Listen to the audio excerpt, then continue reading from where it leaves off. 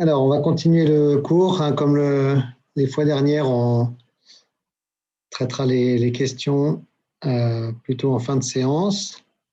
Donc aujourd'hui, on va terminer le chapitre sur les développements limités. On va essentiellement traiter les exemples.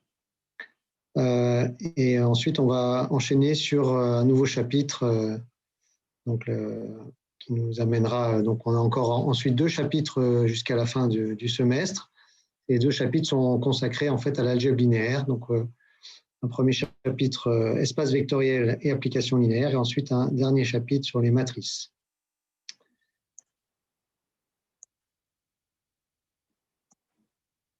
Voilà, donc pour l'instant, on revient au développement limité.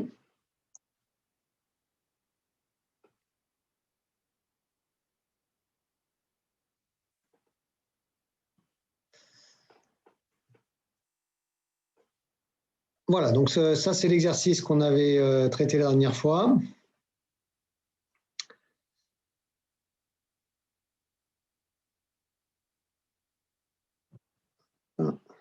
J'essaie de meilleur affichage.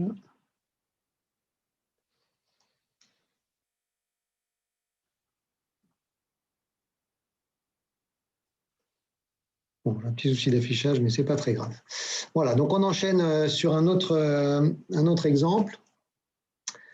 Alors, qui va nous changer un petit peu. Jusqu'à présent, on avait fait des développements limités soit en 0, soit dans l'exemple qu'on avait traité la dernière fois au voisinage de 1. Pour faire un développement limité au voisinage de 1, on s'était tout simplement ramené en 0 en posant tout simplement x égale 1 plus h ou 1 plus u, je ne sais plus comment, x égale 1 plus u, et évidemment à ce moment-là, u tend vers 0, donc on se ramène à un développement limité au voisinage de 0, et puis une fois qu'on a ce développement limité, évidemment, on remplace u tout simplement par x moins 1. Alors là, on va avoir quelque chose qui ressemble un peu, mais on demande cette fois-ci un développement limité au voisinage de plus l'infini. Alors, donc c'est-à-dire que x ici tend vers plus l'infini. Alors, il y a une petite variation de terminologie. En général, même toujours, d'ailleurs, les développements limités tels qu'on les a définis, c'est toujours en un point réel. Donc, c'est développement limité d'une fonction au voisinage d'un réel a. Et ici, donc on ne rentre pas dans le cadre exact de ce qu'on entend par développement limité, et en plus l'infini ou en moins l'infini, on parle plutôt de développement asymptotique. Donc un développement asymptotique, c'est tout simplement, ça ressemble à un développement limité, sauf que les termes successifs avant le petit o, sont des termes qui vont nous donner bien une gradation en quelque sorte du comportement en plus l'infini, qui va être, alors pas toujours, mais dans la plupart des cas, qui va être une gradation avec des puissances de x de la même manière que pour un développement limité classique en 0.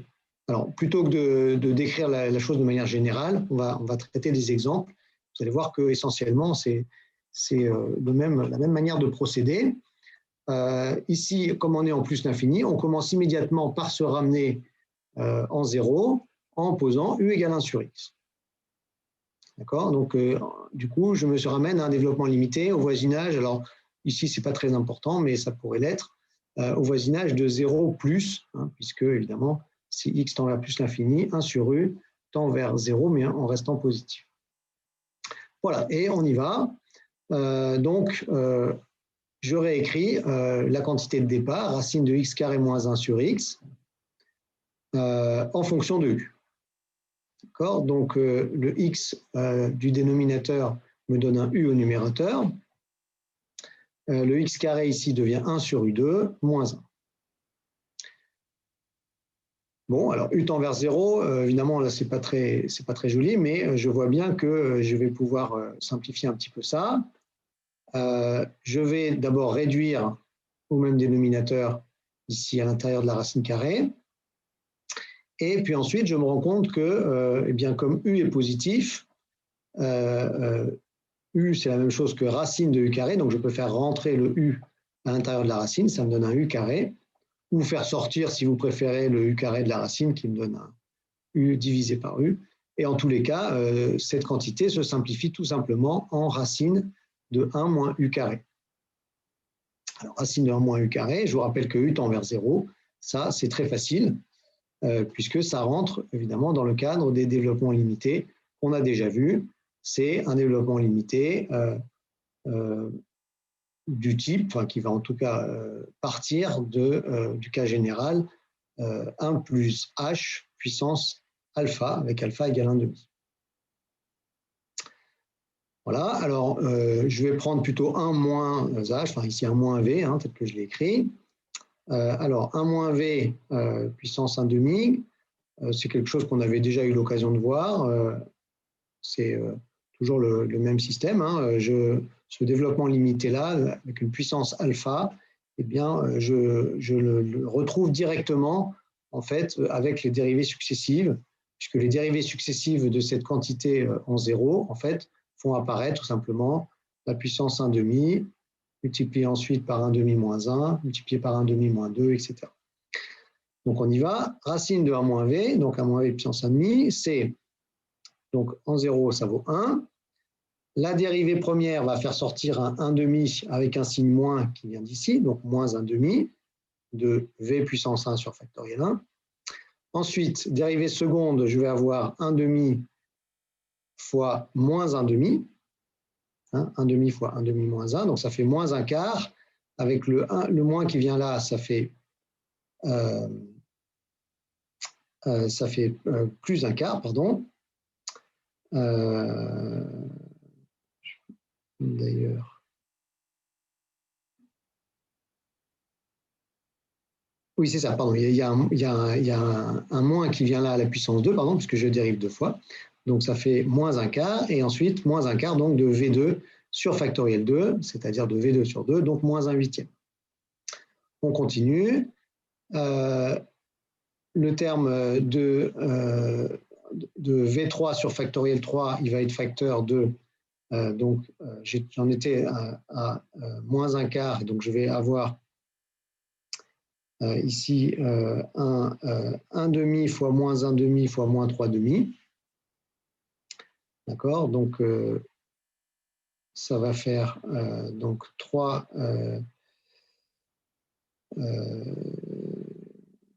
huitièmes, d'accord, avec un signe moins, donc moins 3 huitièmes que je divise par factoriel 3 par 6, donc ça fait un 16e. Et le terme d'ordre 4, donc je ne vais pas faire le calcul de tête comme ça, mais on l'a déjà écrit préalablement. Donc on trouve moins 5 sur 2 puissance 7. Alors pourquoi je vais jusqu'à l'ordre 4? Eh bien, tout simplement parce que ici j'ai du u carré. D'accord? Donc comme j'ai du u carré, évidemment, je vais remplacer v par u carré. Donc en allant jusqu'à l'ordre 4 ici, je vais directement avoir de l'ordre 8. Bon, ben, je n'ai plus qu'à remplacer. Donc racine de 1 moins u carré, c'est 1, moins 1,5 de u carré, moins 1 huitième de u puissance 4, moins 1 16e de u puissance 6, moins 5 sur 2 puissance 7 fois u puissance 8, plus un petit o de u puissance 8. Et bah, c'est quasiment terminé, puisque je n'ai plus qu'à remplacer maintenant u par 1 sur x. Et donc, ce racine de 1 moins u carré, qui n'est pas autre chose que racine de x de moins 1, le tout sur x, hein, c'est-à-dire la quantité de départ, ça va donc me donner 1, moins 1,5 de 1 sur x carré, donc moins 1 sur 2x carré, moins 1 sur 8x4, moins 1 sur 16x puissance 6, moins 5 sur 2 puissance 7 fois x puissance 8, plus un petit o, quand x tend vers l'infini, de 1 sur x puissance 8. Vous voyez bien ici, j'ai quelque chose qui ressemble à un développement limité, sauf que je suis en plus l'infini, d'accord, et du coup, les puissances de x eh bien, sont croissantes, mais elles sont au dénominateur. Hein, c'est bien cohérent, puisque quand x tend vers plus l'infini, eh bien, ce terme-là est un raffinement de ce terme constant. Hein, autrement dit, ce terme-là est un petit o de 1, ce terme-là est un petit o de 1 sur x carré. À chaque fois, j'ai un petit o du précédent, donc j'ai bien un raffinement progressif. Et puis, évidemment, j'aurais pu continuer ainsi aussi loin que souhaité pour avoir de plus en plus précisément le comportement de cette fonction de x qui tend donc, quand x tend vers plus l'infini, vers 1, mais qui tend vers 1 d'une manière ici que je comprends mieux. Donc, notamment, hein, si je regarde simplement le terme qui est juste après le 1 ici, je me rends compte que quand x tend vers plus l'infini, cette quantité tend vers 1, mais en étant inférieure à 1. Donc, elle tend même vers 1 moins. D'accord ? Ça me donne une idée, en fait, de la position de la courbe par rapport à son asymptote y égale 1. La courbe est en dessous à cause du moins qu'il y a ici devant. Voilà, donc là encore, ça permet évidemment ce genre de développement asymptotique de calculer des limites, hein, exactement comme ce qu'on avait fait la dernière fois. Donc ici, je suis allé jusqu'à l'ordre 8, bon, c'était un peu gratuit, hein, j'aurais pu me limiter à un ordre beaucoup plus faible, notamment pour résoudre ce problème-là. Si on me demande d'étudier cette limite, ben, je vais commencer par regarder cette quantité. Cette quantité, je sais qu'elle tend vers 1. Donc 1 moins 1, ça tend vers 0, fois x2 qui tend vers plus l'infini. J'ai une forme indéterminée. Plus l'infini fois 0. Donc, je vais étudier plus précisément comment cette quantité tend vers 0. Donc, plutôt que de dire simplement que le terme ici tend vers 1, je vais utiliser les deux premiers termes du développement limité. Donc ça, c'est 1 moins 1 sur 2x2 plus un petit taux de 1 sur x2. Quand je soustrais le 1 qui est là, il va me rester moins 1 sur 2x2 plus un petit taux de 1 sur x2. Autrement dit, cette parenthèse-là est équivalente, quand x tend vers plus l'infini, à moins 1 sur 2x2. Quand je la multiplie par x2, ça va me donner quelque chose qui est équivalent à moins x2 sur 2x2, c'est-à-dire moins 1,5, autrement dit, f de x tend vers moins 1,5 quand x tend vers plus l'infini. Est-ce que c'est bon pour tout le monde? Ou est-ce qu'il y a des questions?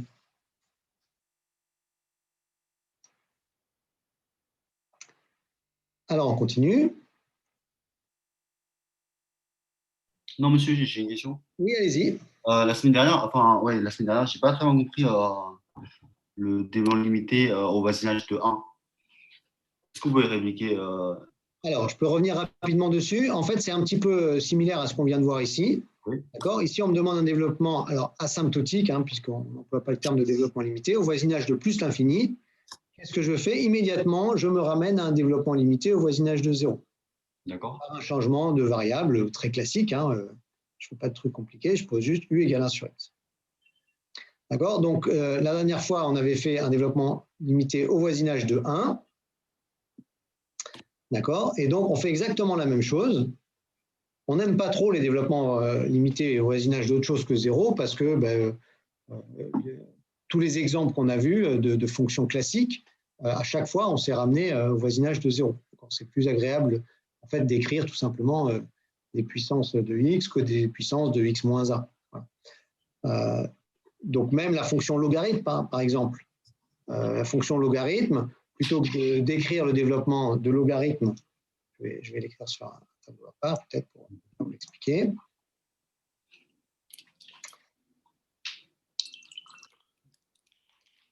Alors, par contre, j'ai pas. Ah oui. Excusez-moi, je rebranche ma tablette. Voilà. Donc, le développement logarithme, en fait, on ne l'écrit pas. On pourrait l'écrire comme ça, mais on ne le fait pas. On pourrait écrire log de x égale x moins 1 moins x moins 1 carré sur 2, plus, je vais m'arrêter là, un petit taux, quand x tend vers 1, de x moins 1 carré. Mais en général, on préfère, mais c'est strictement équivalent, hein, on préfère écrire plutôt logarithme de 1 plus, alors je ne vais pas mettre x pour pas qu'il y ait de confusion, mais je pourrais le faire avec x évidemment, 1 plus h égale h moins h2 sur 2 plus petit taux de h2. Et ici, je précise, mais quand je ne précise pas, c'est sous-entendu quand h tend vers 0. Voilà. Quel est le lien entre les deux? Eh bien, le lien il est très simple. Hein. Ici, c'est tout simplement que j'ai posé h égale x moins 1, ou si vous préférez, x égale 1 plus h. D'accord? Donc, je me ramène à un développement limité en 0 en prenant la variable ici qui doit tendre vers 1 et en l'écrivant comme sa limite plus à la limite. D'accord? Donc, ce qu'on fait ici traditionnellement dans le logarithme pour écrire son développement limité en 1, hein, on préfère écrire comme un développement limité en 0 de la fonction qui a h associe le logarithme de 1 plus h, eh bien, on peut faire exactement la même chose quand vous avez besoin de calculer le développement limité d'une fonction au voisinage d'un point qui n'est pas 0.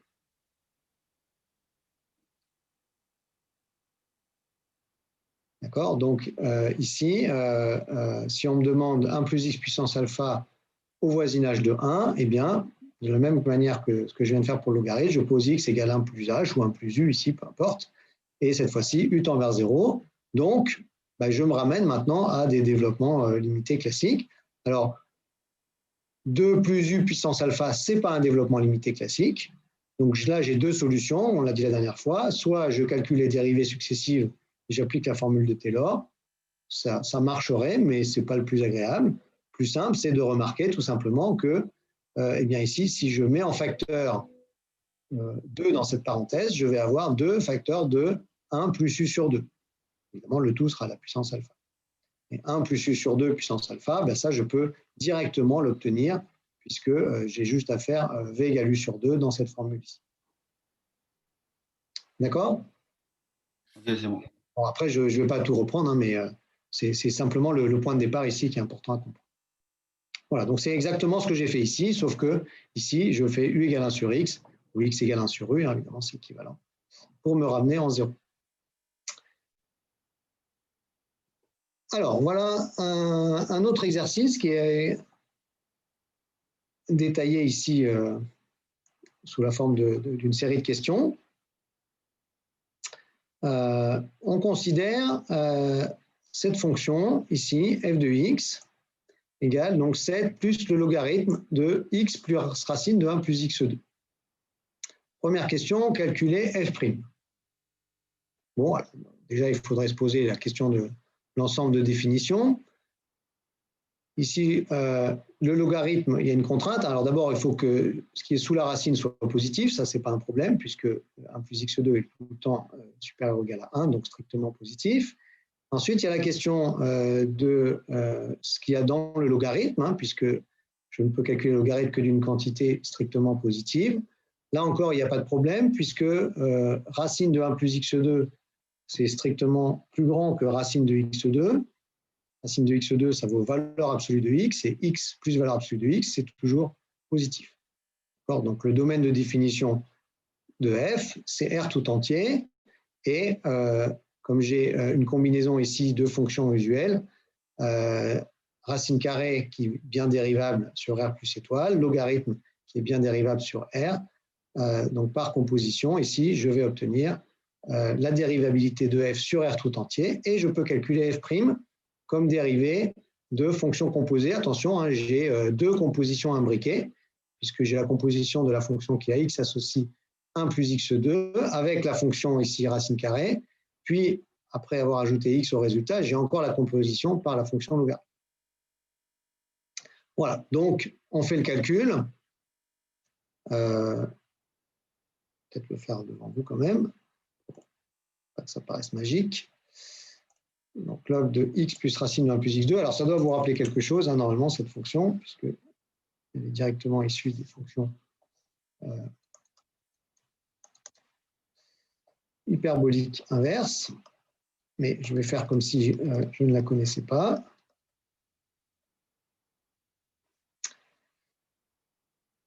Et donc, on y va. Donc, alors, je vais appeler ça, par exemple, g de x. Et donc, f' de x, ça va être la dérivée de ce qu'il y a à l'intérieur du logarithme, c'est-à-dire 1 plus g' de x, fois la dérivée du logarithme, pris en ce point. Donc, la dérivée du logarithme de u, c'est 1 sur u, donc 1 sur x plus racine de 1 plus x2. Et évidemment, g' de x, que je calcule aussi, ça fait tout simplement 2x sur 2 racines de 1 plus x2, c'est-à-dire 1 sur racine de 1 plus x2.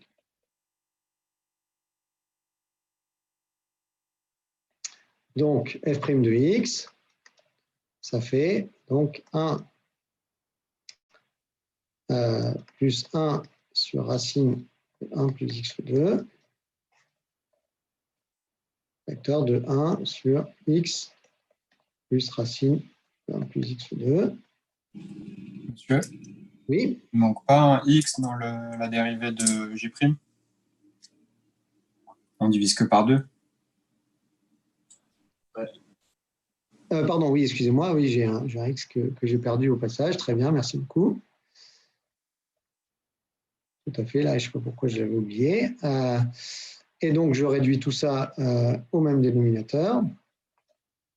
Donc, ça va faire racine de 1 plus x2 plus x sur racine de 1 plus x2, multiplié par toujours le même terme, qui a le bon goût de se simplifier avec ce terme-là.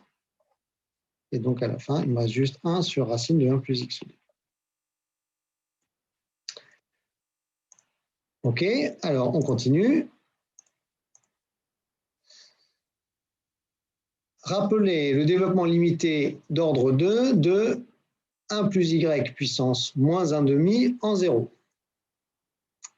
1 plus y puissance moins 1 demi en 0. Donc là encore, je vais faire devant vous. Donc 1 plus y puissance moins 1 demi. On me demande un développement limité d'ordre 2. Donc je me rappelle le développement général de 1 plus y puissance alpha. Je vous conseille en général de l'écrire pour alpha, c'est plus simple. Et ensuite, vous l'appliquez au alpha qui vous intéresse. Donc ça, c'est 1 plus alpha fois y puissance 1 sur 1, factoriel 1, plus alpha, alpha moins 1, y2 sur factoriel 2. Et puis, je pourrais continuer ici, alpha, alpha moins 1, alpha moins 2, y3 sur factoriel 3, etc. Mais je m'arrête à l'ordre 2 puisque c'est ce qu'on me demande. Et maintenant, je remplace avec alpha égale moins 1 demi, donc 1, moins 1 demi de y. Ici, je vais avoir moins 1 demi fois moins 3 demi. D'accord, donc ça fait 3 quarts. Et il y a encore un demi qui vient de là. Donc plus 3 huitièmes de y2, plus un petit taux de y2. Donc, on revient à l'énoncé. 1 moins 1 demi de y, plus 3 huitièmes de y2, plus petit taux de y2, c'est bien ce qu'on vient de trouver. Alors, ensuite, en déduire le développement limité d'ordre 4 de f' en 0, c'est-à-dire de cette fonction. Alors, c'est quoi le lien entre f' de x et 1 plus y puissance moins 1 demi, c'est-à-dire 1 sur racine de 1 plus y? C'est tout simplement que les deux sont égaux à condition de poser y égale x2. Donc, le développement limité d'ordre 4 de cette fonction, je l'obtiens tout simplement en remplaçant dans ce développement limité y par x2, et ça tombe bien parce que je vais bien avoir ici du coup un petit taux de x4. Donc, je remplace f' de x, c'est-à-dire 1 plus x2 puissance moins 1 demi, ça donne donc 1 moins 1 demi de x2 plus 3 huitièmes de y2, c'est-à-dire x puissance 4, plus un petit taux de x puissance 4. On continue. En déduire le développement limité d'ordre 5 de f en 0, sachant que je viens de calculer le développement limité d'ordre 4 de la dérivée de f en 0. Donc là, j'utilise l'un des théorèmes qu'on a vu en cours, qui dit que, tout simplement, si on connaît le développement d'une dérivée, pour revenir au développement limité de la fonction, eh bien, il suffit simplement de prendre la primitive du développement limité qui s'annule au même point, qui prend la même valeur plutôt en 0. Donc, le développement limité de la primitive de f' qui vaut, alors il faut que je regarde la valeur en 0, si je fais x égale 0 ici, j'ai 1 ici, 0 ici, donc log de 1 ça fait 0, donc f de 0 égale 7. Donc la primitive de cette fonction qui vaut 7 en 0, c'est f, Et donc, j'obtiens un développement limité de cette fonction f en 0 en prenant la primitive de ce polynôme qui vaut aussi 7 en 0. D'accord? Donc, terme constant, 7, puisqu'il faut que ici, ça donne 7 quand x égale 0. Et puis ensuite, j'intègre 1 me donne x, x2 va me donner x3 sur 3, donc avec le moins 1,5 devant, ça fait moins 1 sixième de x3. x4 va me donner x5 sur 5, donc avec le 3 huitièmes qu'il y a devant, 3 sur 40, x5, et évidemment, petit taux de x4, pareil, s'intègre en petit taux de x5. Hein, quand vous prenez la primitive, évidemment, vous montez d'un cran dans le développement limité. Dernière question, qui maintenant qu'on a fait tout ça, on va le voir, est assez simple. En déduire que f de x moins 7 moins log de 1 plus x est équivalent, quand x tend vers 0, à exponentielle x moins 1 moins x. Alors, il y a quand même un petit peu de travail, hein, puisque vous voyez qu'aucun des deux termes ici n'est un terme complètement simple, puisqu'il y a des soustractions, et il y a des soustractions qui ne sont pas anodines, hein, qui ont réellement une utilité, puisque quand x tend vers 0, bien je vois que exponentielle x, ça tend vers 1, mais comme j'ai le moins 1 qui est derrière, en fait, cette quantité-là tend vers 0. D'accord? Et du coup, je vais devoir utiliser en fait des développements limités de part et d'autre, jusqu'à avoir de chaque côté le premier terme non nul d'un développement limité, qui évidemment va me donner un équivalent. D'accord? Alors, on va commencer par le terme de gauche, c'est le plus simple. f de x moins 7, à son développement limité, il est ici. D'accord? J'ai juste à enlever le 7 ici dans le développement limité de f, mais je lui soustrais log de 1 plus x. Alors, log de 1 plus x, on vient de le voir il y a un instant, son développement limité, jusqu'à l'ordre 2, c'est x moins x2 sur 2. Donc, quand je soustrais ça, ça va me donner moins x moins x2 sur 2. Alors, le moins x va se simplifier ici avec ce terme. Par contre, le moins x2 sur 2, donc il va avoir un signe moins devant, donc il va me donner plus x2 sur 2, ne va pas se simplifier avec ce polynôme. Donc, je vais bien obtenir un développement limité de cette quantité-là, qui va être tout simplement x2 sur 2 plus un petit taux de x2. Je n'ai pas besoin de tout le reste ici, puisque évidemment tout ça c'est négligeable devant x2. De la même manière ici à droite, exponentielle x, je vais faire un développement limité jusqu'à l'ordre 2. Exponentielle x à l'ordre 2, c'est 1 plus x plus x2 sur 2. 1 plus x, évidemment, vont être absorbés par moins 1 moins x qu'il y a derrière. Donc, exponentielle x moins 1 moins x, c'est x2 sur 2 plus un petit taux de x2. Autrement dit, c'est équivalent à x2 sur 2. Donc, j'ai bien chacun de ces deux termes qui est équivalent à x2 sur 2. Est-ce qu'il y a des questions avant qu'on passe à d'autres exercices? Oui, monsieur, j'ai pas compris la dernière équivalence. On déduit que f de x moins 7 moins ln de 1 plus x est équivalent à e de x moins 1 moins x. J'ai pas compris pourquoi elles sont équivalentes. Alors, donc je vais le recommencer plus doucement. Plutôt, je vais l'écrire. Donc, je prends le terme de droite. Exponentielle x moins 1 moins x. D'accord? Je commence par écrire un développement limité de l'exponentielle en 0. 1 plus x x2 sur factoriel 2, plus x3 sur factoriel 3, etc. Mais je vais m'arrêter à l'ordre 2. D'accord? Donc ça, c'est du coup. Du coup, si je soustrais 1 plus x, ici, il va me rester x2 sur 2 plus petit taux de x2. Donc ça veut dire que ici, j'ai quelque chose qui est équivalent, quand x tend vers 0, à x2 sur 2. Est-ce que ça, c'est clair?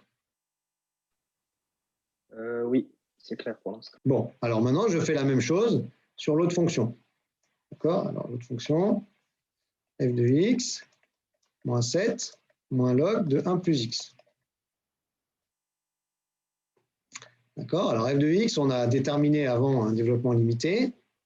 On a vu que c'était 7 plus x. Et puis, alors, si je vais revenir parce que je cœur, je vais juste mettre le terme suivant. On va voir même qu'on n'en a pas besoin, mais Voilà, je vais tronquer le développement limité pour, ici d'ordre 5 pour avoir un développement limité jusqu'à l'ordre 3. Donc 7 plus x moins 1 sixième de x3.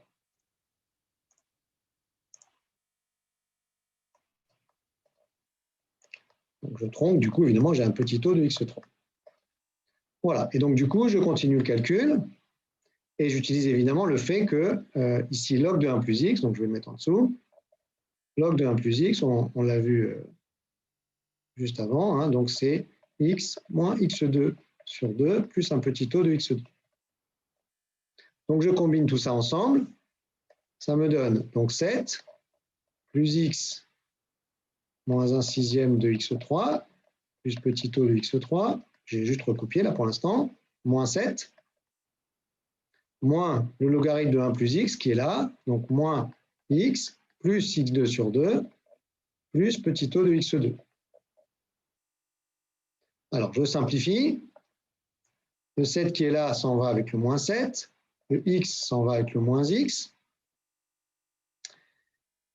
Ici, j'ai un petit taux de x2, donc tout ce qui est d'ordre, toutes les puissances de x plus grandes que 2 sont négligeables, évidemment, devant ce petit taux de x2, donc sont absorbés. Donc ici, le petit taux de x3 s'en va, et le moins 1 sixième de x3 s'en va. Donc, qu'est-ce qu'il me reste? Eh bien, il me reste x2 sur 2 plus petit taux de x2. C'est-à-dire, j'ai bien ici quelque chose qui est équivalent à x2 sur 2. D'accord? Donc, d'un côté, j'ai un terme équivalent à x2 sur 2, de l'autre aussi. Donc, ces deux termes, évidemment, sont équivalents entre eux. Enfin, sont égaux, hein, mais donc en particulier équivalents. Et donc, ce terme-là, du coup, est équivalent du coup, à ce terme-là, d'accord, puisqu'ils sont tous les deux équivalents à la même chose. D'accord?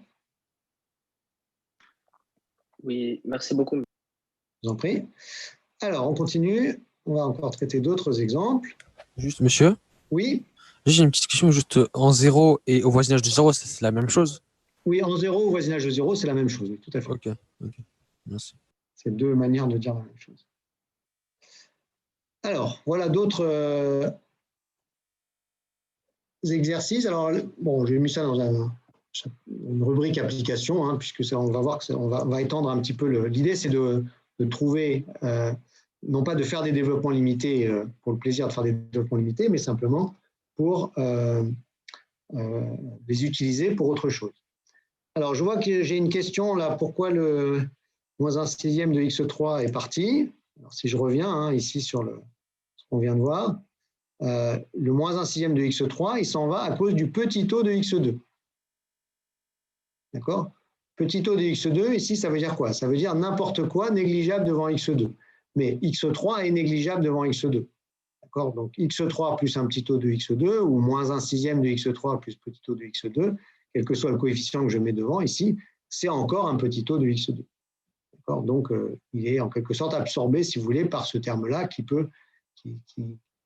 dans lequel rentre n'importe quoi de négligeable devant x2. Et de la même manière, petit taux de x3, c'est négligeable devant x3, donc en particulier, c'est négligeable évidemment devant x2, donc pareil, ça s'est absorbé par le petit taux de x2. C'est la même chose en fait quand vous tronquez un développement limité, d'accord? Eh bien, vous vous arrêtez ici, par exemple, je peux m'arrêter à y, écrire plus petit taux de y, et à ce moment-là, eh bien, j'ai le droit d'enlever tous les termes qui sont négligeables devant y, donc les termes en y2. Alors, on continue.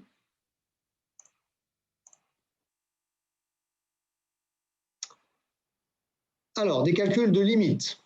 Ça, c'est quelque chose qui va être, en gros, 80% des applications des développements limités.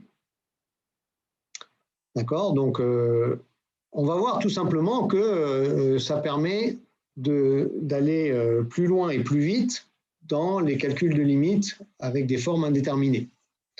Actuellement, quand on avait des formes indéterminées, essentiellement, vous aviez deux outils à votre disposition, soit de reconnaître dans la forme indéterminée la limite d'un taux d'accroissement. D'accord? À ce moment-là, vous interprétiez la limite comme la valeur de la dérivée, soit d'utiliser la règle de L'Hopital. Donc, exemple, alors, on va revenir sur le tableau blanc. Donc, ce qu'on savait faire jusqu'à présent, c'était par exemple des limites du type exponentielle x moins 1 sur x. D'accord? Ça, il y avait deux manières de faire. Soit de remarquer que c'était la limite quand x tend vers 0 de exponentielle x moins exponentielle 0. Alors, il y a l'un d'entre vous qui a laissé son micro. Je vais lui demander de le fermer, s'il vous plaît. Sur x moins 0, d'accord? Donc, ça, c'est tout simplement l'exponentielle, la dérivée de l'exponentielle en 0, c'est-à-dire exponentielle 0, c'est-à-dire 1. D'accord? Donc, ça, c'est en reconnaissant une dérivée. Donc, ça, c'est ce qu'on faisait avant. Vous avez toujours le droit de faire, bien sûr. Hein. Ou alors, on avait aussi une autre manière. Donc, ça, c'est la méthode 1, si vous voulez. Et la méthode 2, c'était de dire que ça, c'était f' de 0 sur g' de 0. D'accord? Parce que, en posant,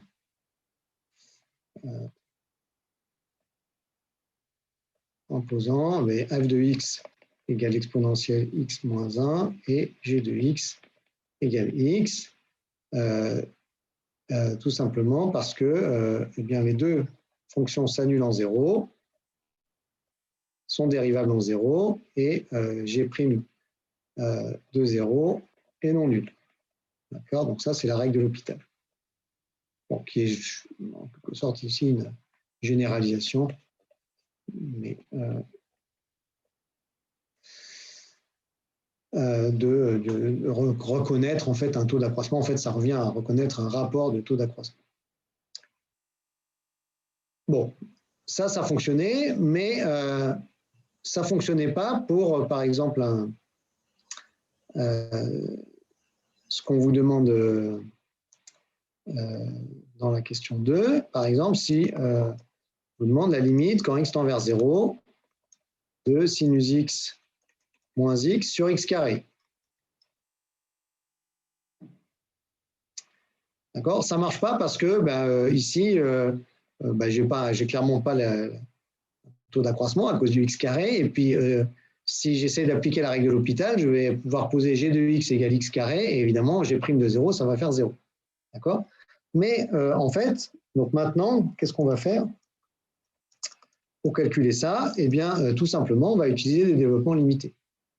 Donc, on va écrire directement sinus x moins x sur x carré.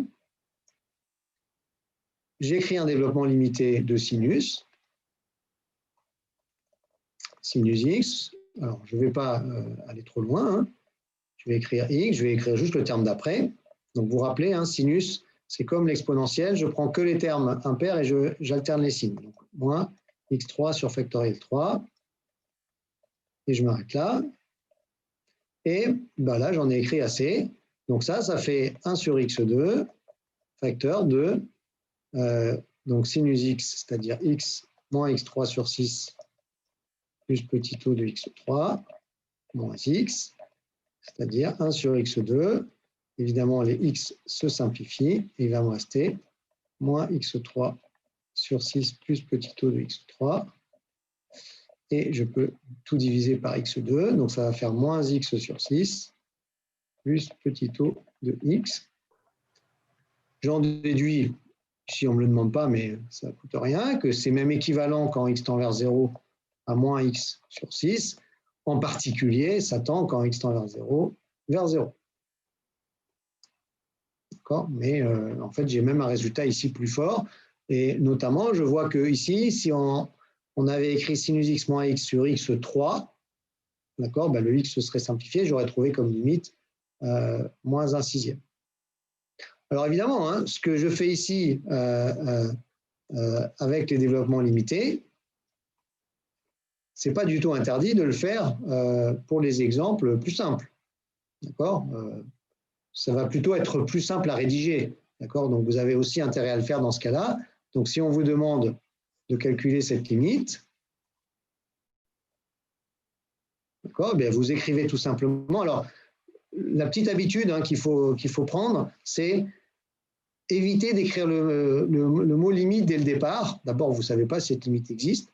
Donc, vous partez simplement de l'expression et c'est l'avantage des développements limités, c'est que vous pouvez progressivement la réécrire jusqu'à avoir une forme où vous identifiez clairement la limite.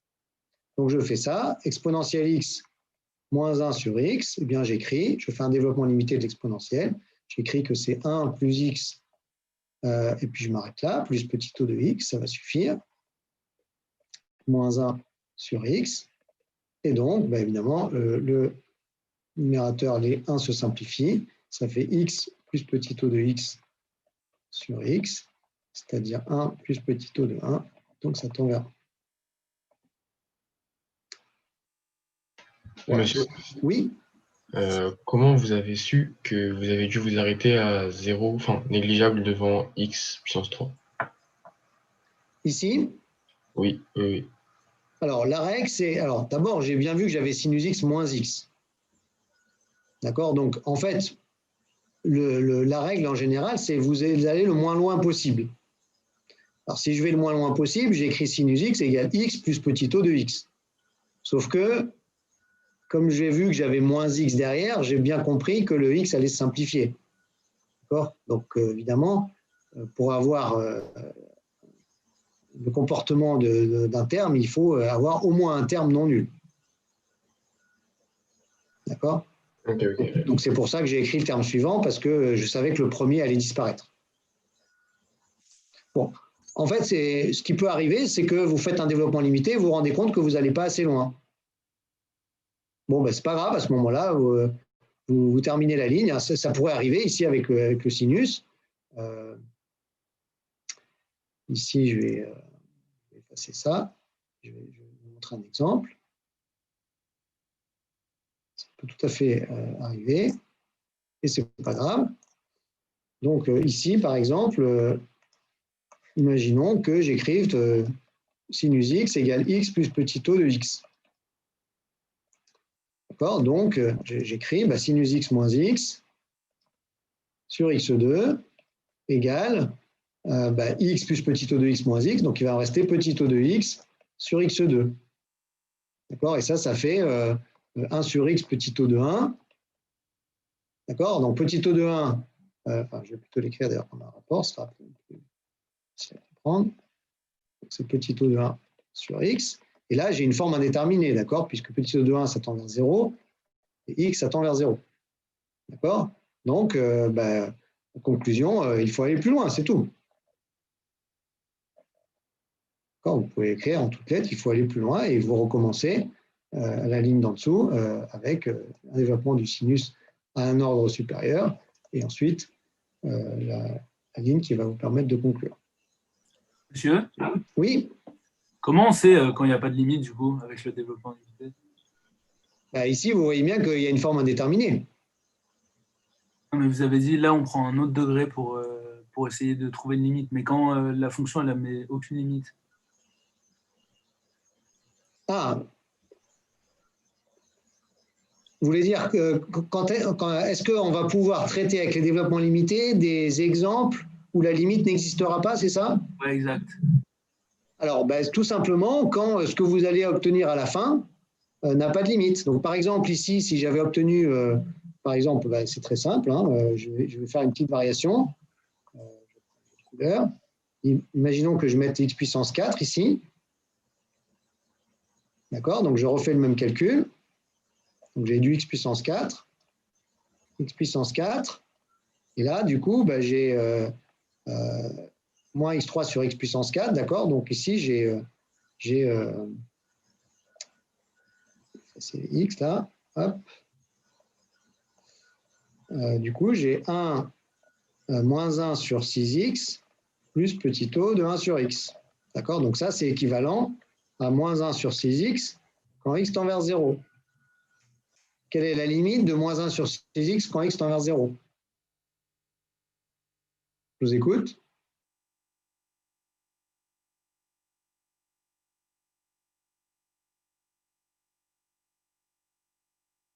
Je vous ai perdu? Non, mais il n'y a pas de limite là, du coup? Non, il n'y a pas de limite, voilà. Il n'y a pas de limite, puisque évidemment, si c'est x tend vers 0, ça dépend.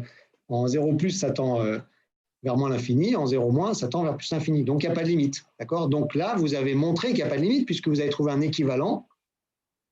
D'accord? Et l'équivalent que vous trouvez n'a pas de limite. Donc, le comportement d'un terme et de son équivalent, évidemment, est toujours le même vis-à-vis de la limite. D'accord? Donc, c'est comme avec les équivalents, si vous voulez, hein, les développements limités, en quelque sorte, c'est une manière simplement d'obtenir des équivalents. D'accord? Si on me demande ici un équivalent du numérateur, eh bien, je sais que je ne peux pas soustraire les équivalents, et d'ailleurs, on voit bien que ça ne marche pas, puisque sinus x est équivalent à x, donc ça ferait x moins x, 0, ce n'est pas équivalent à 0, évidemment. Équivalent à 0, ça voudrait dire identiquement nul. D'accord? Donc, comment je fais pour trouver un équivalent de ça? Bien, précisément, je fais un développement limité du sinus jusqu'à ici l'ordre 3, qui me dit donc que le numérateur ici est équivalent à moins x3 sur 6.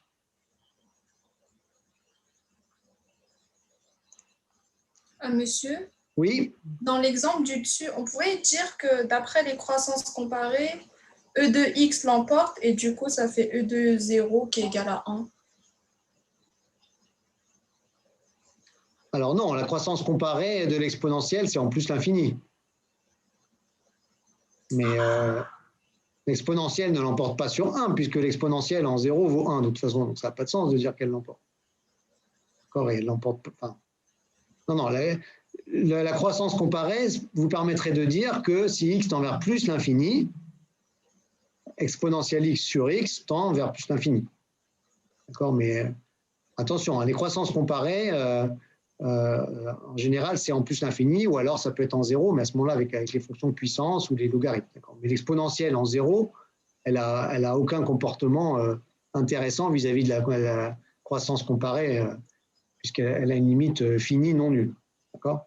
Une croissance comparée, c'est toujours pour des choses qui tendent vers plus l'infini ou qui tendent vers 0. D'accord, merci. Alors, on revient à nos exercices. Donc, on vient de résoudre ici le petit 2. Bon, on ne va pas les faire tous. Hein. Ici, le petit 1, il est assez simple. Hein. Je vais faire un développement limité de l'exponentielle. Évidemment, là, j'ai déjà un polynôme. L'exponentielle va me donner, l'exponentielle de x va me donner 1 qui va se simplifier avec ce 1, plus x qui va se simplifier avec ce moins x, plus x2 sur 2 qui ne va pas se simplifier avec ce moins x2, puisqu'il n'y a pas de 1,5 là. Donc, je vais obtenir moins 1,5 de x2 comme équivalent du numérateur. Et je fais pareil pour le dénominateur. Log de 1 plus x, je fais un développement limité. Premier terme, x qui va se simplifier avec ce moins x, donc je vais un cran plus loin.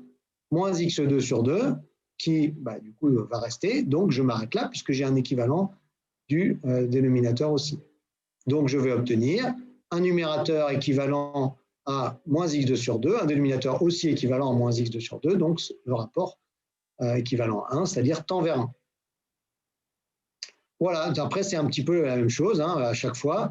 Si vous avez, dans tous les cas, vous voyez bien, vous avez une forme indéterminée, 0 sur 0, il faut traiter indépendamment numérateur et dénominateur en faisant des développements limités pour avoir un développement limité de chacun avec un terme non nul. Ça ne sert à rien d'en avoir plus, puisque ce qui va vous intéresser, c'est simplement évidemment d'avoir un équivalent du numérateur, un équivalent du dénominateur. Ensuite, vous allez diviser ces deux équivalents et ça va vous donner quelque chose qui sera équivalent à la fonction de départ. Voilà, donc je vous laisse les chercher en exercice, il n'y a pas de difficulté particulière.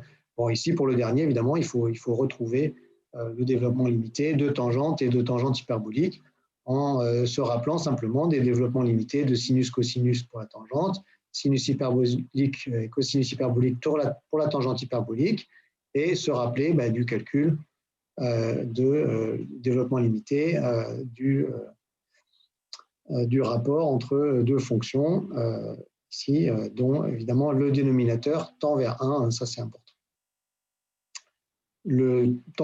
Prenez l'exemple de tangente qu'on a traité la fois dernière, on l'a traité au moins 2 fois, si vous revenez dans les diapos en arrière. Alors, un peu plus intéressant, ce qu'on a fait ici pour les fonctions sert aussi pour les suites. D'accord? alors pour les suites, évidemment, on ne fait pas de développement limité par rapport à n, ça n'a pas de sens, hein. Mais en revanche, on peut faire un développement asymptotique en plus l'infini. Et d'ailleurs, on fera toujours des développements asymptotiques, évidemment, pour les suites, jamais rien d'autre. Faire un développement asymptotique en n tend vers l'infini de cette suite un égale à 1 plus 1 sur n puissance n, c'est exactement similaire à ce que j'ai fait tout à l'heure quand j'ai fait le développement asymptotique de racine de x2 moins 1 sur x au voisinage de plus l'infini. Ici, x était un réel, d'accord, mais évidemment,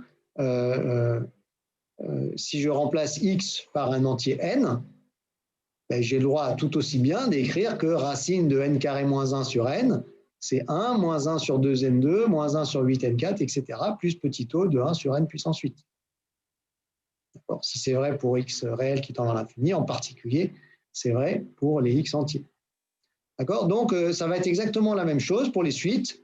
Qu'est-ce qu'on va faire? Eh bien, tout simplement, on va immédiatement poser x égale 1 sur n pour se ramener en 0, et on va faire un développement limité de cette quantité.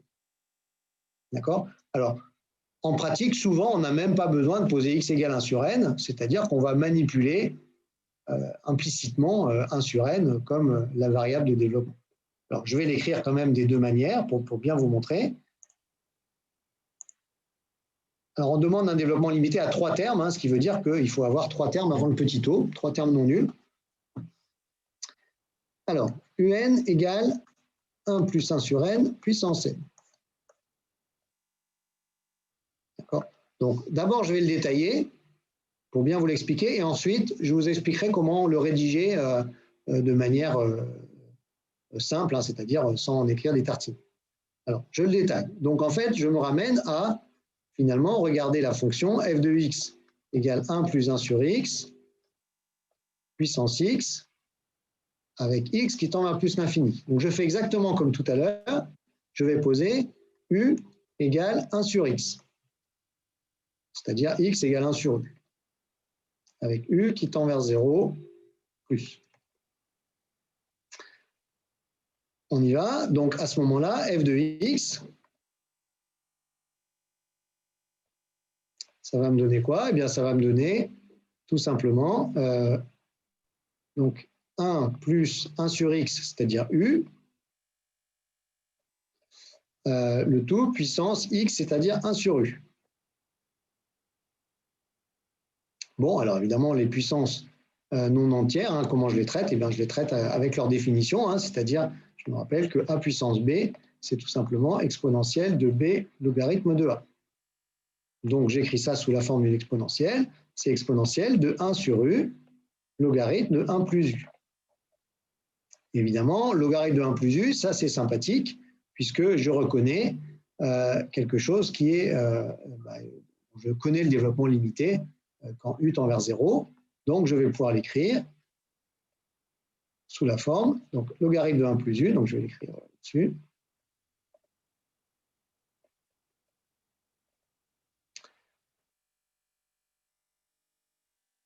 Je vais l'écrire, alors je vais me contenter du premier terme, si ça ne suffit pas, j'en rajouterai u plus petit o de u. Donc on y va, u plus petit o de u. Je donc divise tout par u ici, donc ça fait 1 plus petit o de u sur u, c'est-à-dire petit o de 1.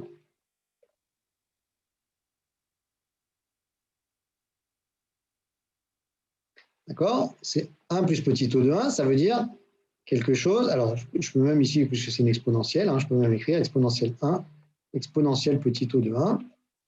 Ça tend vers 0. Donc, ça tend vers exponentielle de 0 égale 1, tout simplement parce que l'exponentielle est continue en 0. Bon, j'aurais pu le faire directement, hein, ici, 1 plus petit o de 1, ça tend vers 1, l'exponentielle est continue en 1, donc ça tend vers e. D'accord? Donc finalement, ici, ça fait e plus petit o de 1.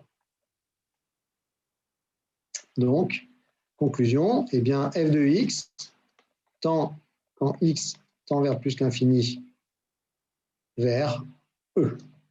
Donc, évidemment, UN tend, donc UN, je vous rappelle, c'est juste f de n, eh bien, ça tend évidemment aussi vers E quand n tend vers plus l'infini. Monsieur, Oui, comment vous êtes passé de E exponentielle de 1 sur U ln de 1 plus U à E exponentielle de 1 sur U, après vous avez mis U à l'intérieur, U plus 0 de U. U plus petit O de U, eh bien, c'est tout simplement, j'ai appliqué ce développement limité. Ok, ok, merci. Voilà, alors ça, c'est l'explication voilà, un peu longue, bien détaillée. En pratique, quand vous allez, avec un tout petit peu d'habitude, vous allez faire le calcul beaucoup plus vite. D'accord? Donc, je vais vous l'écrire maintenant. En pratique, vous allez écrire tout simplement 1 plus 1 sur n puissance n égale exponentielle de n log de 1 plus 1 sur n. Là, évidemment, il faut mettre en dessous log de 1 plus h, si vous voulez, ou ce que vous voulez, ou x égale h plus petit o de h. C'est la justification. Donc, du coup, je remplace là-dedans, ça fait exponentielle. Donc, évidemment, 1 sur n tend vers 0. Hein. Ça, évidemment, c'est quand h tend vers 0. C'est sous-entendu. Donc, 1 sur n tend bien vers 0. Donc, j'ai le droit, évidemment, d'appliquer cette formule-là quand n tend vers l'infini. Et donc, je vais obtenir n facteur de, donc h, c'est-à-dire 1 sur n, plus petit o de h, c'est-à-dire petit o de 1 sur n. Et donc, ça fait exponentielle 1 plus petit o de 1 quand n tend vers l'infini. Et donc, ça tend vers E. Attention, il faut bien justifier car l'exponentielle est continue en 0. On continue en 1, pardon. Parce que ici, c'est en 1 que je l'applique. OK pour tout le monde? Monsieur, Oui? pourquoi exponentielle de 1? Vu que n tend vers plus l'infini, ça fait pas 0? Non, j'ai un petit o de 1. Un petit o de 1, c'est quelque chose qui tend vers 0. D'accord? Peu importe vers quoi tend la variable. Petit o de 1, ça veut dire négligeable devant 1, ça veut dire tend vers 0. Donc exponentielle de 1 plus petit o de 1, c'est-à-dire exponentielle de quelque chose qui tend vers 1, puisque c'est 1 plus quelque chose qui tend vers 0. En fait, c'est pas le négligeable devant 1, c'est le 1 qui me pose problème. C'est le 1 qui est là? Oui. Donc, qu'est-ce que vous voudriez ici, avec E, c'est exponentielle 1, hein, si vous voulez. Ah, ok. C'est à cause de ça que ça... Oui. Voilà, E et E puissance 1, c'est pareil, évidemment. Alors, on continue. Donc, retenez bien, hein, développement asymptotique, voilà, c'est pas plus compliqué. C'est juste que, tout simplement, en général, au lieu de x qui tend vers 0, on a simplement n qui tend vers l'infini, et c'est 1 sur n qui joue le rôle de x. Alors, un autre exercice typique, c'est la position de graphes de fonctions par rapport à leur asymptote. On a déjà vu un exemple très simple tout à l'heure. On peut voir ici un exemple un petit peu plus compliqué. Est-ce que je le traite maintenant? Oui, bon, je vais quand même prendre le temps de le faire parce que c'est important. Alors, donc, du coup, il va juste me falloir ça. J'ai besoin de figer l'écran. Voilà, donc on a une fonction f, on demande de montrer qu'elle admet une asymptote en plus l'infini. D'accord, donc on va expliciter ce que ça veut dire, et d'étudier la position de la courbe par rapport à cette asymptote. Ce qu'on va voir, c'est qu'en fait, tout revient à trouver un développement limité, un développement asymptotique, hein, puisqu'on est en plus l'infini, de f en plus l'infini.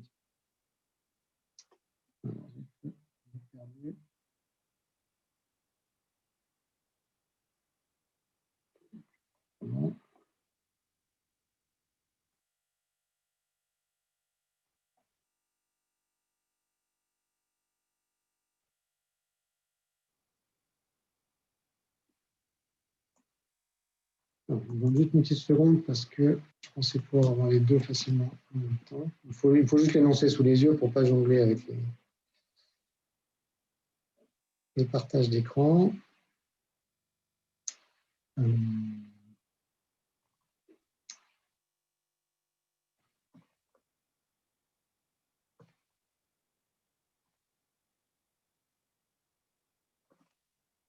Ok.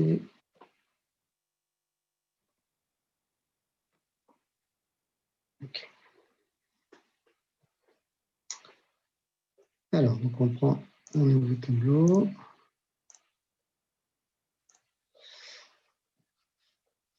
Voilà, donc la fonction, je la recopie ici, c'est x2 sur x plus 1, exponentielle de sinus 1 sur x, moins 2x, log de 1 plus 1 sur x. Et on me demande ce qui se passe donc quand x tend vers plus l'infini. Bon, alors, ici, évidemment, je vais faire comme d'habitude, hein, donc je vais poser u égale 1 sur x. D'accord? Et donc f de x, du coup, ça va être égal à quoi? Donc x est 1 sur u. Donc ça fait, donc le x2 devient 1 sur u2. Le x plus 1 devient 1 sur u plus 1. Exponentielle de sinus de u moins 2 sur u log de 1 plus u. Monsieur, Oui. est-ce que dès qu'on a plus l'infini, on remplace toujours, enfin on met toujours u est égal à 1 sur x? Oui. Ok, merci. Bah oui, parce que c'est la manière la plus simple d'avoir quelque chose qui tend vers 0. Évidemment, vous pourriez prendre un truc plus compliqué, mais ça ne serait pas très pratique. Ok, alors je simplifie. Donc, u carré fois 1 sur u plus 1, ça doit faire u plus u2. Ensuite, alors là, je vais commencer à faire des développements limités. Alors, la question, c'est quel ordre? D'accord? Alors, ce que je vais faire, c'est que je vais prendre, je vais m'imiter je vais prendre deux termes, hein, parce qu'on me demande l'asymptote et la position. La position, c'est toujours un terme de plus par rapport à l'asymptote. D'accord? Donc, je vais prendre deux termes pour chacun, et si j'en ai pas assez, j'en rajouterai. Donc, je vais laisser de la place. D'accord? Donc, sinus u, je vais écrire u moins u3 sur 6, plus petit o de u3, et je laisse un peu de place, si jamais je n'ai pas écrit assez de termes, si j'ai besoin d'un terme de plus. Et je fais ici pareil, moins 2 sur u, log de 1 plus u, donc on l'a vu tout à l'heure, u moins u2 sur 2, plus petit o de u2.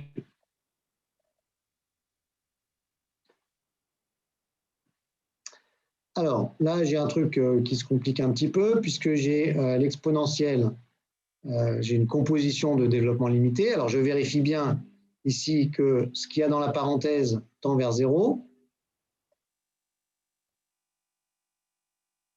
D'accord? Donc, il faut que j'écrive le développement de l'exponentielle alors je vais prendre t, en t qui tend vers 0. Si ici j'avais une limite égale à 1, il faudrait le développement de l'exponentielle en 1. Ok, donc l'exponentielle t quand t tend vers 0, c'est 1 plus, donc je vais me limiter à deux termes, si ça ne suffit pas, on ira plus loin.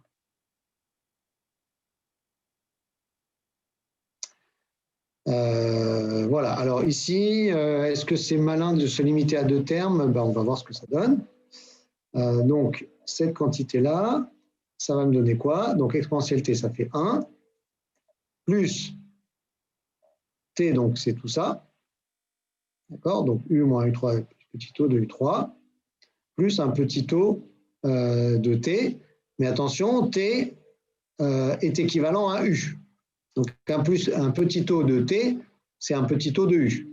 Donc ici, en fait, tout ce terme-là va s'en aller quand je vais faire quand je vais remplacer. Je l'écris quand même, hein, je vais les barrer pour que ça soit plus clair. Donc je remplace. Donc t ici, pour moi, ça va être u moins u3 sur 6 plus petit o de u3. Donc je remplace u moins U3 sur 6 plus petit O de U3.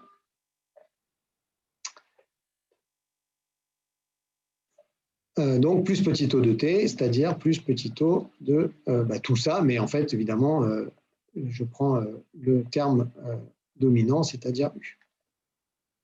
Du coup, comme je viens de le dire, hein, ce terme-là et ce terme-là s'en vont puisqu'ils sont absorbés dans le petit O de U. Bon, et je continue ici. Donc là, je vais pouvoir simplifier. Bleu. Donc ici, ça va me donner moins donc 2 sur U fois U, donc moins 2, plus U sur 2, plus petit O de U.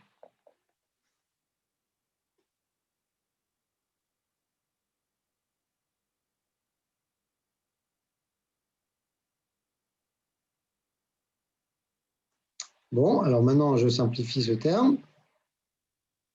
U plus U2, c'est U facteur de 1 plus U. D'accord? Donc ici, j'ai au numérateur 1 plus U plus petit O de U. Monsieur, oui. Quand on développe le moins 2U, on n'est pas censé avoir moins 2 plus U. Où ça? Là, ouais, à ce moment, à cet endroit-là. Les deux, ils se simplifient, non? Ah oui, pardon, vous avez raison. Je n'ai pas vu le... Tout à fait. Merci. Donc, moins 2 plus U plus petit O de U. C'est tout à fait exact. Et ici, donc 1 plus U et au dénominateur, donc U facteur de 1 plus U. Donc, j'ai 1 sur U qui vient devant. Et ici, 1 plus U.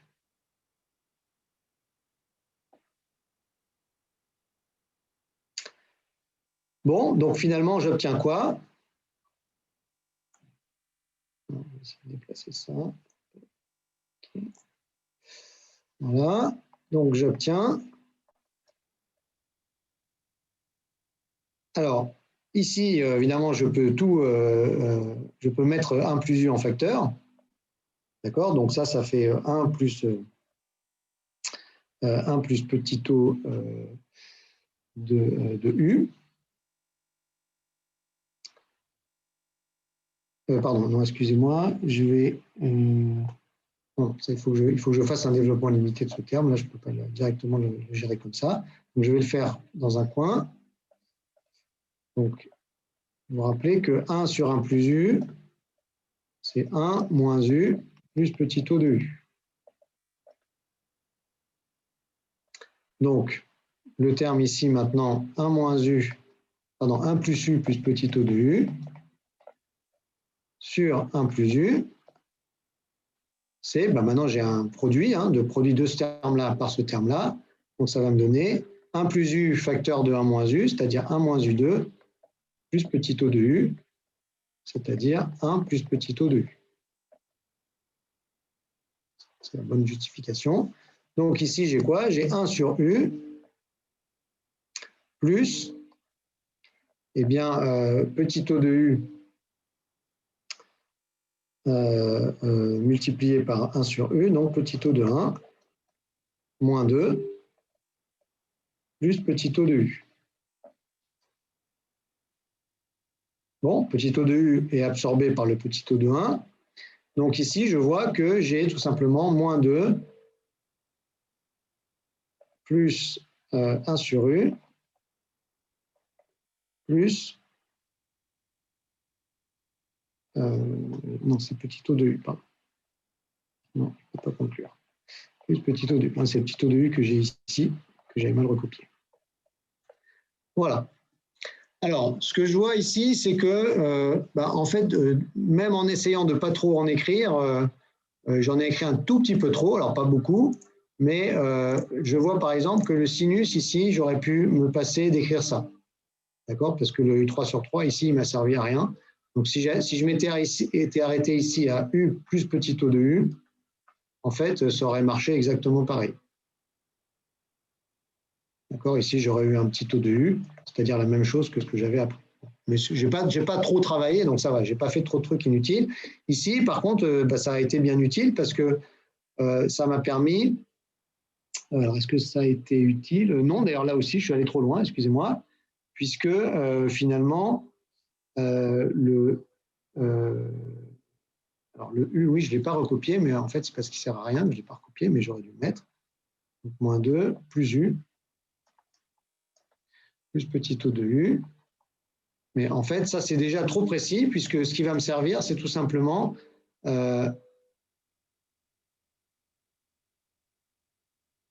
attendez, je fais une erreur. Oui, non, c'est ça. En fait, il va me suffire d'avoir moins 2 plus 1 sur U plus un petit O de 1. Alors, pourquoi? Maintenant, je reviens à la fonction de départ. Donc, je vous rappelle que U, c'est 1 sur X. D'accord? Donc, attendez, je vais effacer ça, j'y reviendrai après, parce que c'est un peu compliqué inutilement. J'ai besoin de place pour écrire. Donc, je reviens à la fonction de départ. D'accord? Je fais ça tout en bas. Maintenant, j'en déduis que f de x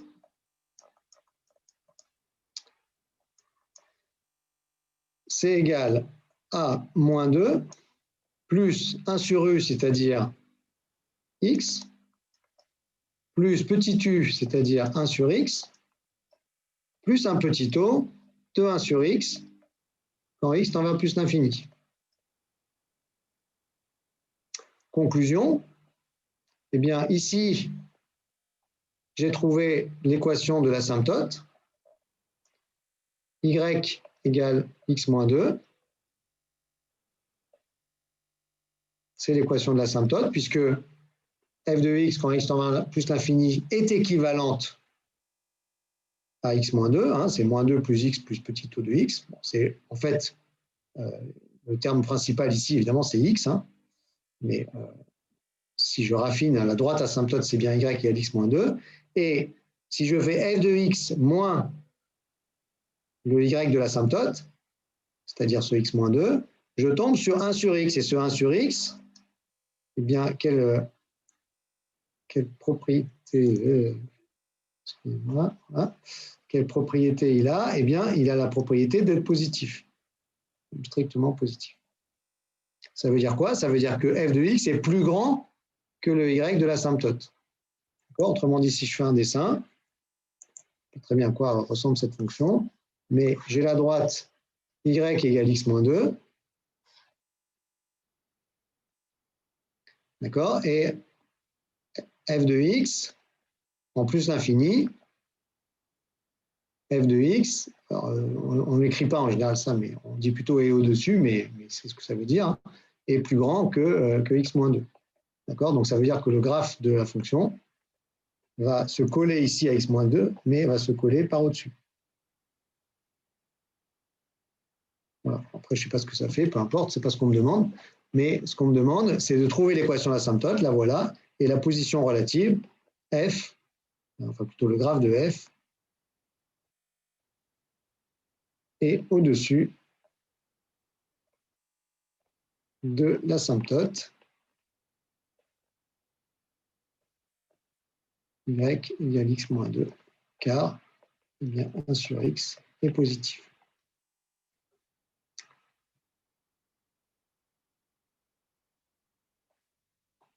Est-ce qu'il y a des questions?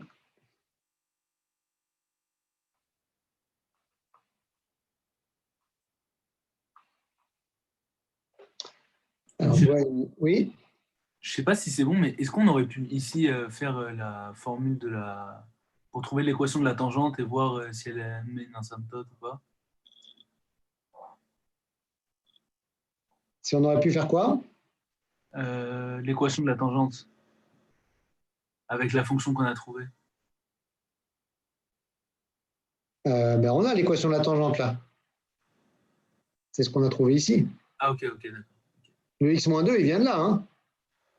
Okay, comment j'ai trouvé le x-2? Ben, précisément en faisant le développement limité.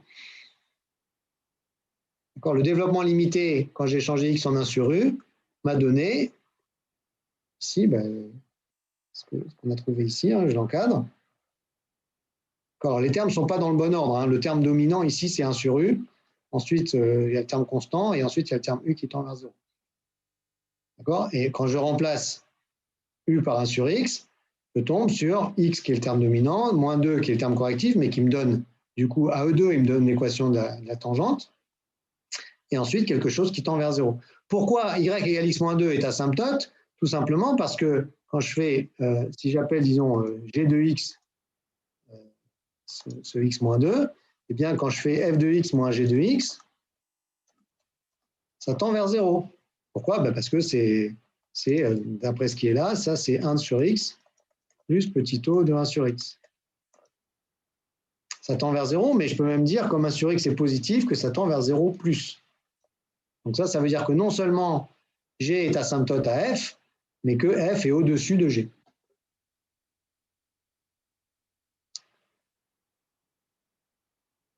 Alors, on continue.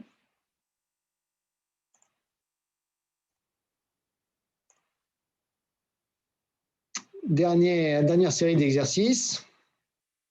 Alors, une application qui est assez rare, mais qui peut quand même arriver. En général, on l'a vu, on calcule... Oui, Monsieur, il y a une question dans le chat sur T qui tend vers 0. En fait, elle demande... Oui, oui, pourquoi on veut T? Elle demande pourquoi... Alors, ben parce que le T, il est ici. J'ai l'exponentielle de quelque chose. D'accord? Donc, je veux faire le développement limité. Donc, la première chose à faire quand vous avez une composée de deux fonctions, c'est de vérifier la limite de celle qui est à l'intérieur pour savoir en quel point vous devez faire un développement limité de celle qui est à l'extérieur. D'accord? Donc, la quantité qui est à l'intérieur ici, comme il n'y a pas de terme constant, je l'appelle T, ça c'est mon droit, je l'appelle comme je veux. Et ce qui est important de remarquer, c'est que ce T, il tend vers 0 quand U tend vers 0. Donc, je vais prendre un développement de l'exponentielle de T quand T tend vers 0, c'est-à-dire un développement de l'exponentielle en 0. Si j'avais eu un coefficient 3 ici, 3 plus U, etc., ça serait le développement de l'exponentielle de T en T égale 3. Donc, j'aurais écrit plutôt exponentielle de 3 plus H.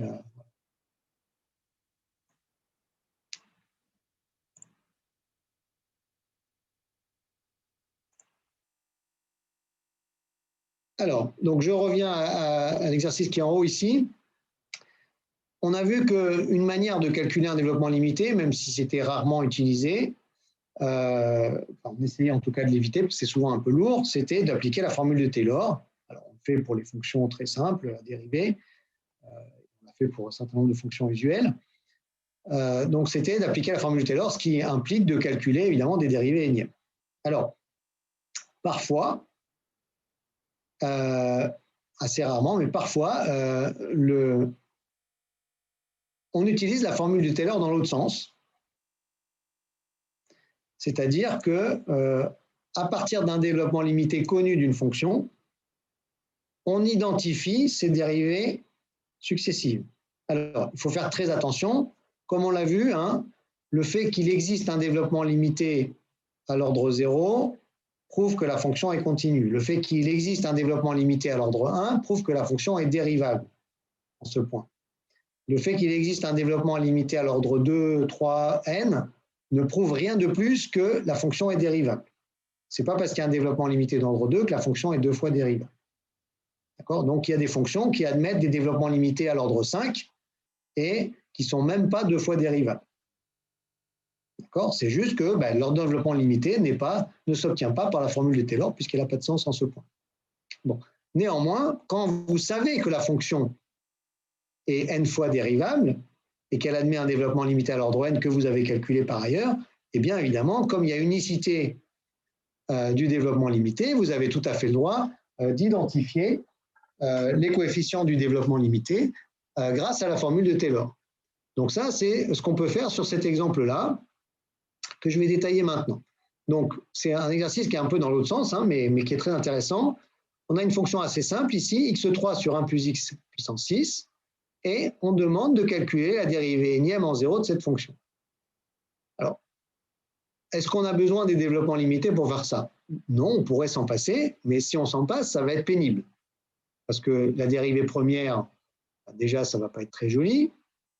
D'accord? Puis la dérivée seconde, la dérivée troisième, etc. Je vais avoir des polynômes énormes. Ça va vraiment être très, très compliqué. Il va falloir que j'essaie de trouver une formule générale. Je ne sais pas si je vais y arriver. Je vais avoir une récurrence. Bon, ça va me prendre beaucoup de temps. Avec les développements limités, on va voir que tout ça, je vais le faire très simplement. Donc, faisons-le ensemble. Donc, f de x égale x3 sur 1 plus x puissance 6.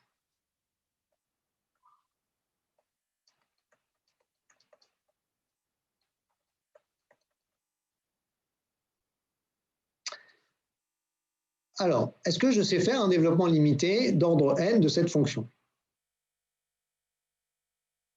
Bon, le x3 ne me pose pas vraiment de problème, d'accord? Donc, c'est 1 sur 1 plus x6. Mais 1 sur 1 plus u, ça, je sais faire un développement limité de ça. Je vais même faire d'abord 1 sur 1 moins u, parce que c'est encore plus simple. C'est le premier qu'on a vu. C'est tout simplement la somme des puissances de u. Voilà. Donc, le terme général, c'est tout simplement u puissance n. 1 sur 1 plus u, c'est la même chose en changeant u en moins u. Donc, ça fait simplement la même chose, mais j'alterne les signes.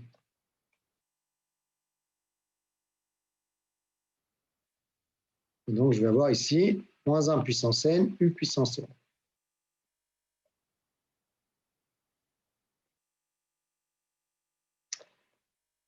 Du coup, 1 sur 1 plus x puissance 6, ce n'est pas tellement plus compliqué. Je pars de là et je fais u égale x puissance 6. Donc, ça va me donner x puissance 6 plus x puissance 12, plus etc., plus moins 1 puissance n, x puissance 6n, plus un petit taux de x puissance 6n. Du coup, x3 sur 1 plus x6, eh bien, j'ai tout qu'à multiplier par x3. Donc, x3 moins x9, plus x15, plus, etc., plus moins 1 puissance n, x puissance 6n plus 3, plus petit taux de x puissance 6n plus 3. Mais ça, c'est aussi le développement de Taylor de f. Pourquoi? Ça, c'est très important parce que f est C infini sur R. Enfin, voisinage de 0, ça suffit. Infiniment dérivable. Donc, je peux appliquer la formule de Taylor à l'ordre qui me plaît. Donc, ça, c'est aussi f de 0 plus f' de 0 x sur 1 plus f seconde de 0 x2 sur factoriel 2 plus, etc. plus, je vais l'appliquer au même ordre, c'est-à-dire f dérivée 6n plus 3 fois en 0, x puissance 6n plus 3, factoriel 6n plus 3, plus petit taux de x puissance 6n plus 3. Et là, maintenant, je fais une remarque simple. Le développement limité d'ordre n d'une fonction au voisinage d'un point, quand il existe, est unique. Donc ici, les deux développements limités que j'ai écrits sont les mêmes. J'en déduis quoi? Eh bien, j'en déduis que les deux polynômes que j'ai ici, celui du haut et celui du bas, sont exactement les mêmes. Donc, par identification, je peux en déduire que f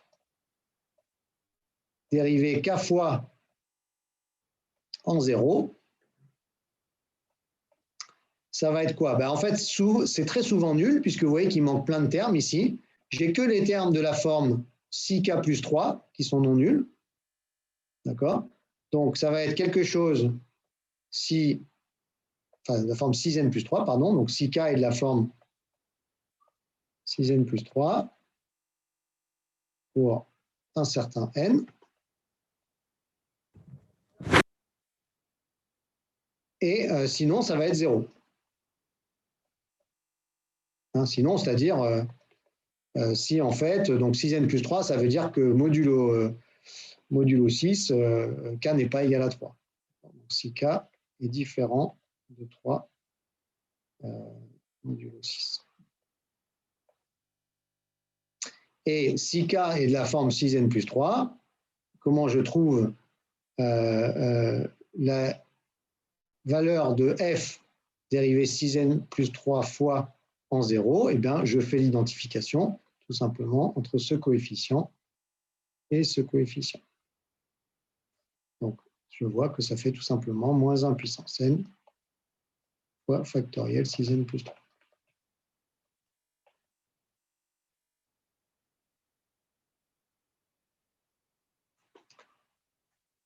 Est-ce qu'il y a des questions? Oui, monsieur.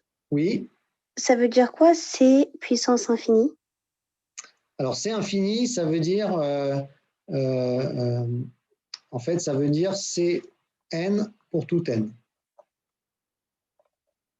D'accord? Et Cn, ça veut dire n fois dérivable et la dérivée énième est continue. Ah, d'accord, merci. Voilà. En fait, si vous voulez, les espaces Cn sont emboîtés les uns dans les autres. Puisque si je suis n fois dérivable, en particulier, je suis n-1 fois dérivable. D'accord? Donc, C1 contient C2, qui contient C3, etc. Et donc, l'intersection de tous ces Cn, on l'appelle C infini. C'est en quelque sorte la limite, si vous voulez. Oui? C'est pas divisé par 6 n plus 3 factoriel? Non, c'est f, c'est la dérivée divisée par factoriel 6n plus 3 qui est égale à moins 1 puissance n. Oui. Donc, si je veux trouver la dérivée, il faut que je multiplie. Ok, c'est bon.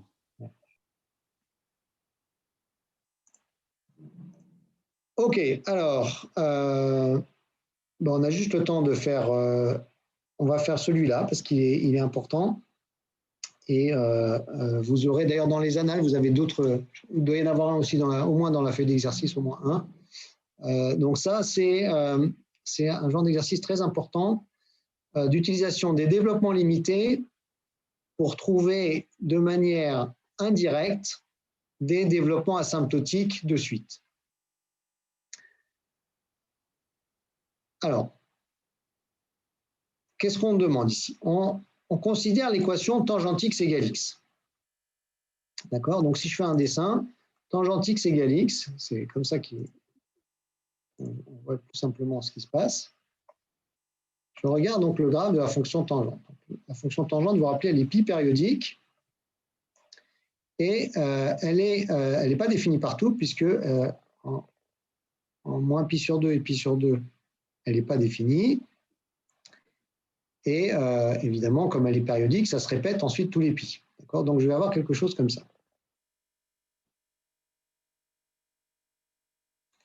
Voilà, et puis là, j'ai une asymptote verticale en pi sur 2. Du coup, j'ai une autre asymptote verticale en 3 pi sur 2. Et puis, bon, je pourrais continuer à gauche. Je vais continuer juste, en faire une de plus à droite. Voilà.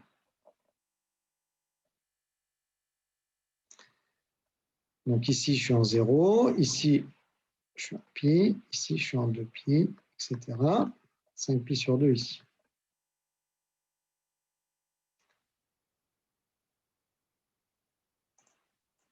Et maintenant, je regarde l'intersection de ça avec la droite, y égale x.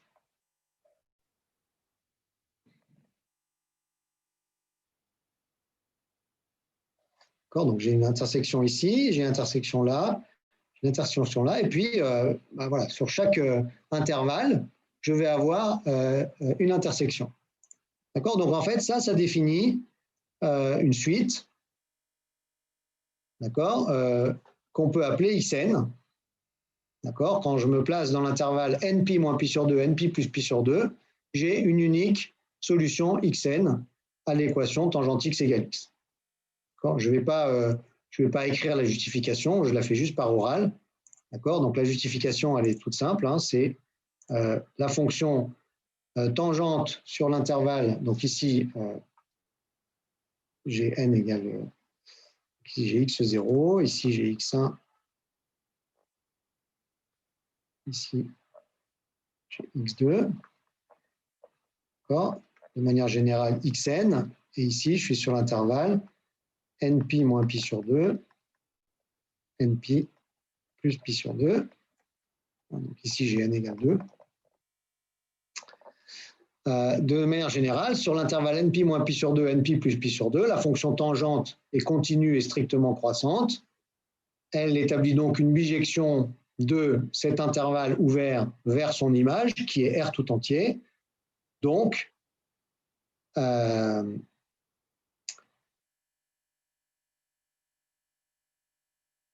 pardon, excusez-moi, ce n'est pas la fonction tangente, c'est la fonction g de x égale tangente x moins x. Je ne veux pas, parce que c'est cette équation, c'est g égale 0 que je veux résoudre. Donc, g' de x, ça fait 1 plus tangente carré x moins 1, ça fait tangente carré x. C'est strictement positif sur npi moins pi sur 2, npi plus pi sur 2.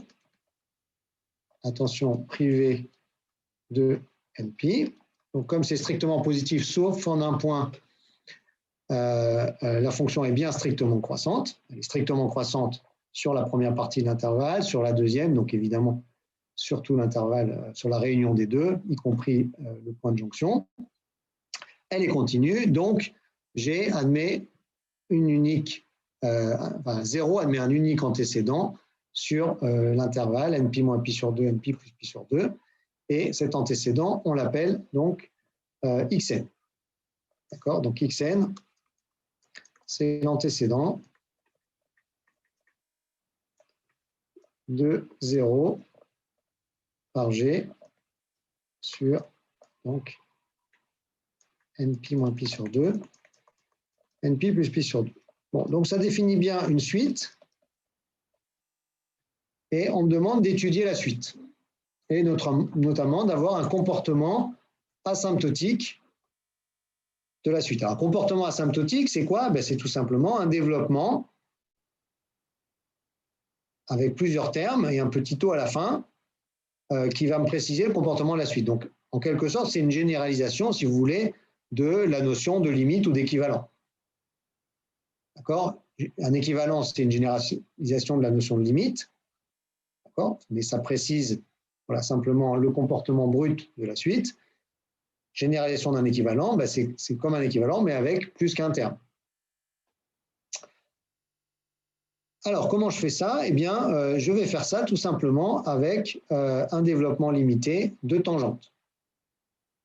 D'accord? Puisque ce que je sais, dans l'équation dont je vais partir, c'est deux choses. C'est xn, cet intervalle, je vais l'appeler in.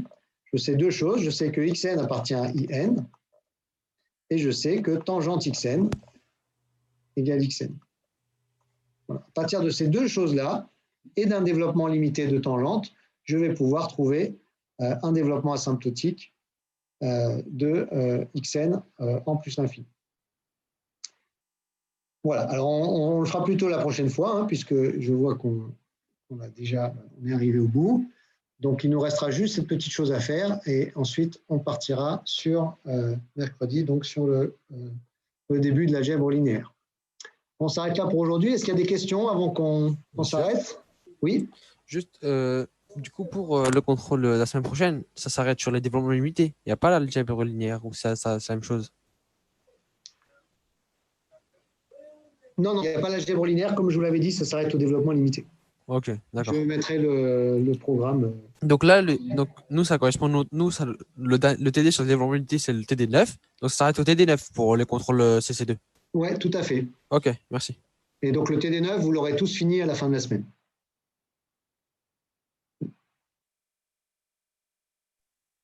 Est-ce qu'il y a d'autres questions? Il n'y avait pas de DM la semaine dernière, c'est normal, j'imagine, que c'était décalé. Alors, il y avait un DM que j'ai mis en milieu de semaine, mercredi. Et donc, du coup, vous aurez un DM pour lundi prochain. D'accord, ok. Voilà. Qui portera sur les développements limités. Il y aura peut-être un peu de début d'algéminaire, on verra. D'accord, ok. Merci. J'ai une question. C'est quand que vous allez mettre le quiz sur les suites, s'il vous plaît? Il est presque prêt. Voilà, il y a eu des petits soucis de Moodle Vous avez certainement dû le constater. Donc maintenant, Moodle est réparé et j'ai encore un peu de travail, mais il est imminent. Ok, Voilà. merci beaucoup. Et vous en allez, alors, je vais certainement simplifier un peu les choses pour les quiz suivants. Pour les fonctions, notamment à partir des fonctions, je pense que vous aurez directement le quiz noté. Et par contre, je mettrai, comme vous n'avez pas de quiz d'entraînement, je mettrai 3 essais probablement. Et monsieur, c'est possible qu'on ait le quiz noté la semaine du DS? Puisque c'est jeudi prochain le DS, le devoir sur table. Oui, enfin, je vais m'arranger pour que vous l'ayez avant, enfin, vous puissiez le faire avant le DS. Ok, d'accord. Ok, merci.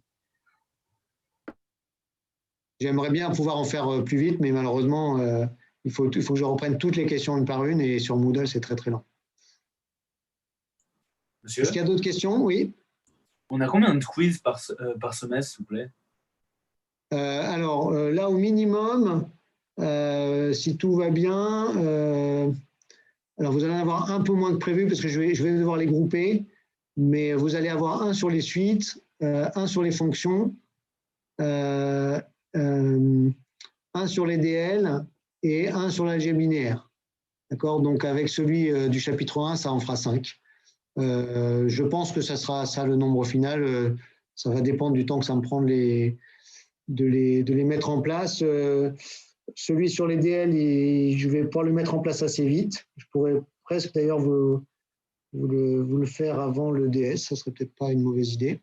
Et par rapport à la note, vous prenez tous les QCM et vous les divisez par 5 du coup? Alors, je prends, donc ça va dépendre du nombre qu'on fait au total, mais j'élimine les moins bons. D'accord, donc si on en fait 5, je vais prendre certainement les 4 meilleurs. Voilà. D'accord, merci. Monsieur, pour les quiz, là, vous parlez des 5 meilleurs, des 4 meilleurs par rapport au quiz ou par rapport au DM? Non, par rapport au quiz. Alors, il y a aussi les 4 meilleurs des DM. Ah oui, voilà ça. Ok, donc c'est 4 meilleurs des DM. C'est la même, effectivement, Ok. fonctionnement. Monsieur? Oui. En fait, c'est vrai qu'on a une vacance après la semaine de rattrapage? J'ai pas compris votre question. Vous pouvez répéter? En fait, on a 2 semaines de vacances après la semaine de rattrapage du mois de janvier. C'est vrai ou non? Donc, vous me demandez quand commence le deuxième semestre, c'est ça? Oui, parce que dans le calendrier de l'université, oui. De le 11 janvier jusqu'à 23, samedi 23, il n'y en a pas de cours. Oui, c'est probable, oui, que vous ayez des. Alors, faites attention quand même que vous n'ayez pas d'examen prévu à ce moment-là. Je ne sais pas. En fait, il y a plusieurs choses, si vous voulez, mais il faut bien voir que ces calendriers d'examen ici ont été un peu perturbés par les contraintes sanitaires. Donc, je ne suis pas au courant des éventuels changements, notamment sur le deuxième semestre. En plus, il y a la question de la reprise en présentiel ou pas. Vous savez que, en tout cas, ce qui a été annoncé jusqu'à présent, c'est que la reprise se ferait en distanciel, mais assez vite en présentiel. Il y a eu pas mal de personnes qui ont demandé que la reprise soit plutôt directement en présentiel au second semestre. Voilà, donc c'est possible que ça évolue. Tout ça, de toute façon, est conditionné à l'évolution de la situation sanitaire. Donc, je ne peux vraiment pas vous dire. Voilà, je peux pas vous dire. Bon, si vous. Là, les plannings d'examen vont bientôt tomber. Vous ne les avez pas encore, je pense. Il est marqué la semaine de rattrapage, elle est le 4 janvier jusqu'à le samedi 9. Et après, juste, il y en a 2 semaines de vacances, normalement. Mais pourquoi vous parlez d'une semaine de rattrapage? C'est une semaine d'examen, ce n'est pas une semaine de rattrapage. Mais je ne sais pas pourquoi elle est marquée comme semaine de rattrapage. D'accord, bon. Écoutez, de toute façon, vous allez bientôt avoir vos dates d'examen en janvier. D'accord. Donc après, voilà, une fois que vous avez toutes vos dates d'examen et que vous savez la date de reprise du deuxième semestre, vous pouvez en déduire vos dates de vacances, je pense. D'accord. Voilà. Est-ce qu'il y a d'autres questions?